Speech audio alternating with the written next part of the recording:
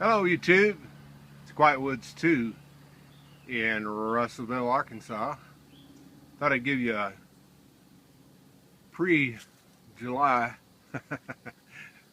update on the garden. Yeah, this is kind of where it starts out. Some of these are plants that I bought, and then I like to buy plants that maybe have two in them, and then I'll separate them. I have pretty good luck doing that. I'll show you one right here. See this little fella? Even though it's got a sticker, that's actually a volunteer. I don't know if you can see the difference in the green of these that have been here for a while.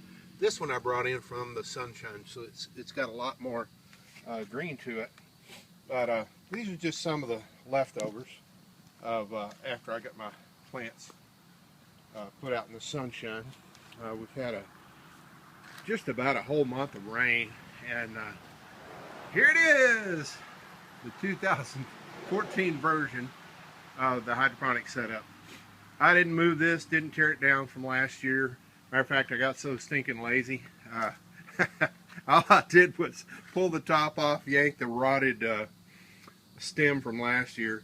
I did snip them off when I removed all the vines, so they didn't have to stay through the winter. But after taking one of these buckets completely down and cleaning the filter screen, the paint screen, it just looks so good inside. I said, I'm not doing it to any of the rest of them, and so I haven't. The craziest thing I've got out here are two bell peppers that I moved inside. They had so much greenery and stuff on them, but they're actually putting out a little bitty tiny leaf right there. So I overwintered these. They pretty well died off in the garage, but by golly, they're putting out some new growth, and I don't recommend it, but my gosh, they will put out and do some more bell peppers. The happier version is this Mucho Nacho that I overwintered, and just to see if I could do it. It's already got some baby peppers and stuff on it, so it's kind of cool. And anyway, a friend of mine gave me that plant. This is the old sand. I had we redid our pool, and this is the only bucket I had full of sand, and I just thought I'd test it. And I stuck an early girl in it, and it grew all the way up to the 9-foot crossbar up there, and put on a pair of tomatoes every 8 to 10 inches all the way up. I can't tell you the variety that this is without my scheme, but I know what they are. It's just that, how do you like this one? This bucket actually had a lid on it, and about a month ago I noticed some volunteers coming up in this bucket. So it was a Super Sweet 100. So that being a hybrid, I have no idea how these will come out. But a single tomato fell in that opening and spent the winter in this bucket outside, freezing temperatures.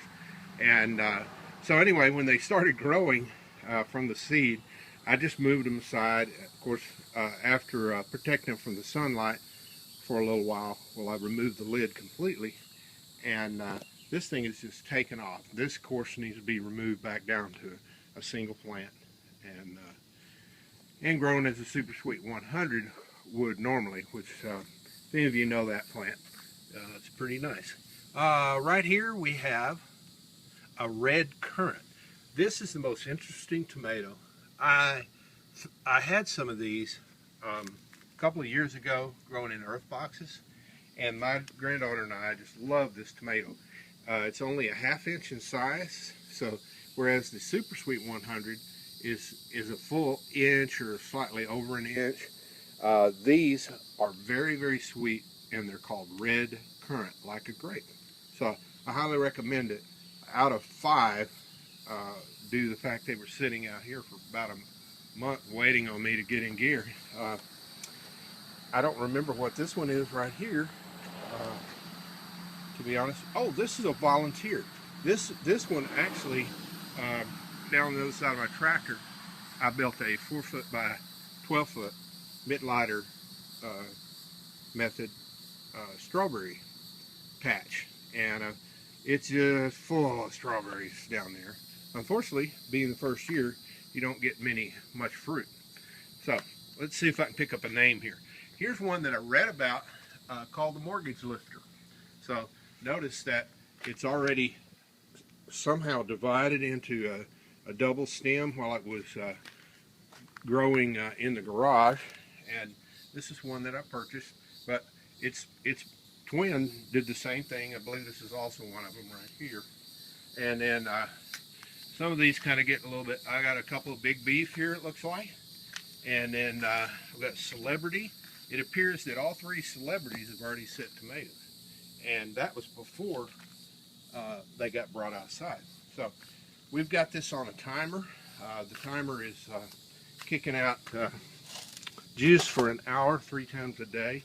Kicks on about 7 in the morning and 7 at night, and somewhere in between around 3 o'clock in the afternoon. But just trying to see what some of the names are as I walk by. And okay, it says celebrity again back here. This is also a volunteer. There are actually 2 plants in here. I think this is the second one right here. But I thought, you know, why disturb them? It's actually doing better than anything else I have out here, except for the Super Sweet 100. But it's a healthy, robust plant, and it was a Rutgers, very dark green. The Masterblend fertilizer that we're using out of Missouri is doing fantastic. Looks like I got another celebrity here, and then I put this one may be aroma. I've never grown aromas before, but that one and this one over here, I believe, aroma, and this one right here is an early girl. So had pretty good luck with those. Had one stem that had 10 tomatoes that were probably 1/4 of a pound each. So what's 10 times 1/4 of a pound? About 2.5 pounds of tomatoes on one bloom stem. And so anyway, here's the reservoir over here. You can see the black pipe coming up, and that has about a 240 gallon per minute pump, and I have two of the tanks hooked together, same as last year. All I did was clean them out. I pumped the rainwater mainly that was left in there over the winter out with a filter screen in these buckets. Pull the filter screen out, of course any debris, and the pump itself that I used to pump it out has its own filter screen. So anyway, that's why these buckets are still out here. That's my tomato crop, coming on strong, looking good. 2 months late, yeah, and I'm not too wild about the bell peppers. You know, they really look ratty, but the one jalapeno pepper, that's all a guy needs right there if you like a few jalapenos during the season. What I wish I had out here that I don't have is a sweet banana pepper. I just love to eat those things, and you know, the bell peppers, if they get kicking in, they'll be close, but a sweet banana pepper is just hard to beat. Well, that's this is the beginning of 2014, and last year we were able to, with this and a few earth boxes sitting over here where my car is now, we were able to grow 472 pounds of tomatoes, and we shared a lot of those, gave them to people, next door neighbors, relatives. We canned a lot. We gave away canned salsa, and I don't know if you know anything about honeybees, but they get about $6 a pint for honey around here, and guess what? Salsa is the same price, and believe me, it's about as much work. And so I have some friends that do the honey, and I know it's a lot of work, and every now and then you get stung. But anyway, hey, I'll take you real quick before we run out of 10 minutes here, and I'll take you down to the strawberry bed. Here's my pitiful blueberries. I had no place to put them, so I just filled them up right there, and they're just sitting there waiting for me to think up a spot. But I can see one little strawberry in the pack right here. There it is. So it's just a tiny thing. I just thought you might enjoy that. But the plants themselves are looking great. Ah, I see another one. I'm gonna eat that one tomorrow. And so here we go. This is the Mittlider strawberry bed that I was telling you about. It's 4 foot by 12 foot. I don't know what they really recommend on the box depth, but anyway, this was level full and now it's 2 inches down. The sawdust and sand, which is about a 75% sawdust, 10% sand, 25% sand, has settled over the winter, and so this is what we have. We were getting just a handful of strawberries, and I did go and buy 18 more plants in 4-inch pots and planted them. But nice looking bed, and haven't really had any predation too much.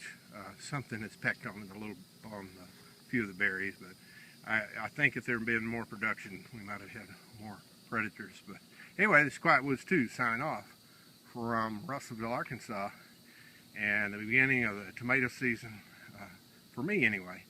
And I see other people with chest high and 2-foot circle of greenery in their tomato gardens, and I'm quite jealous. But anyway, I just had so many other irons in the fire, I let it slide.